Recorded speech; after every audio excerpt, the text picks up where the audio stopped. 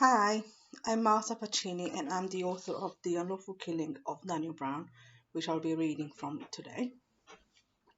I'm also the founder of Disturbance Press, which published the book. This book actually inspired me to start Disturbance Press because I realized there weren't many small publishers in the UK dedicated to fiction which has a social or environmental justice focus, and I thought there should be one, and so I decided to start one myself. So I'm both an author and a publisher, and I'm having a great time with it. The bit that I'm going to be reading from is where Marcus, who's 15-year-old protagonist of this book, is going to see his friend's father, Edward, who's a solicitor. And this takes place at the beginning of the book, right after Marcus's father's funeral. It was Edward who broke the silence. "I am so sorry about your father, Marcus," he began. "And I'm sorry I couldn't make it to the funeral yesterday. I'm glad my wife and Luke could come, though.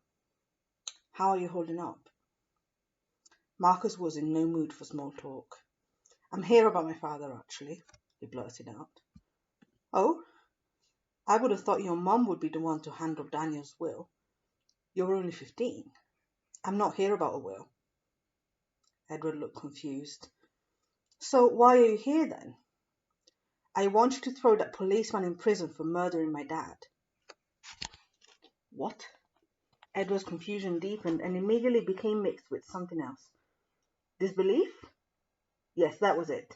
Adults seem to spend an awful lot of time raising their eyebrows at what people Marcus's age did and said. "What do you mean, murder?" "What do you mean, what do I mean? Murder is murder. That policeman took a gun out and shot my dad in the head. That's murder." Edward sighed and ran a hand through his thinning blonde mop, revealing a pink patch of skin on top of his head. "No, it isn't," he replied. "What do you mean it isn't? Edward, I was there. I was just about to cross over to the garage. We were going to go to JD and get me new shoes for my birthday. I saw it, Edward. I was fucking there." Marcus flinched at his own words, expecting Edward to have a go at him for swearing, but Edward simply gave him a concerned look. "Perhaps losing your father at 15 made you cross some invisible barrier into the land of adults, where swearing in anger was allowed." "Listen, Marcus, I like you. You're a nice boy, and your mum's a nice lady, too. Luke certainly thinks a lot of you. But what your dad was doing was very, very wrong. And that policeman only did what he did to defend himself." Marcus sat back in his chair, stunned. "You've got to be kidding me." "What do you mean?" "You believe them. You actually believe what the papers said and the police."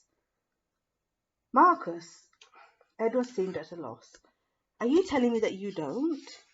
"Of course I don't. My dad was not a criminal. The police must have made some mistake and they just showed up at the garage and shot him. Dad didn't even have a gun. They probably just saying all that stuff to cover their asses." Tears started streaming from Marcus's eyes and he took a couple of shaky breaths to steady himself. "Look, Marcus, I'm sure your dad loved you very much. Nobody can ever take that away from you. But for a killing to constitute murder, it has to be unlawful. You know what that means, right?" "Yeah," mumbled Marcus. "We learnt it in citizenship. It means illegal, doesn't it?" "That's right. And I just don't see that being the case here. I think perhaps you'd best give it a rest. Focus on the good memories you have on your dad and on your GCSEs and your future." Marcus stared at Edward's pale pink face for what felt like a very long time. Then he asked, almost in a whisper, "Where's Somalia?" "Pardon?" Edward looked even more confused than before. "Where is Somalia?" It's in Africa somewhere, near Kenya, I think." "Why?" "Because the papers all talked about how my dad had something to do with terrorists from Somalia. But I don't even know where Somalia is, and I don't think my dad knew much about it either." "He didn't?" "No. He didn't even have a passport.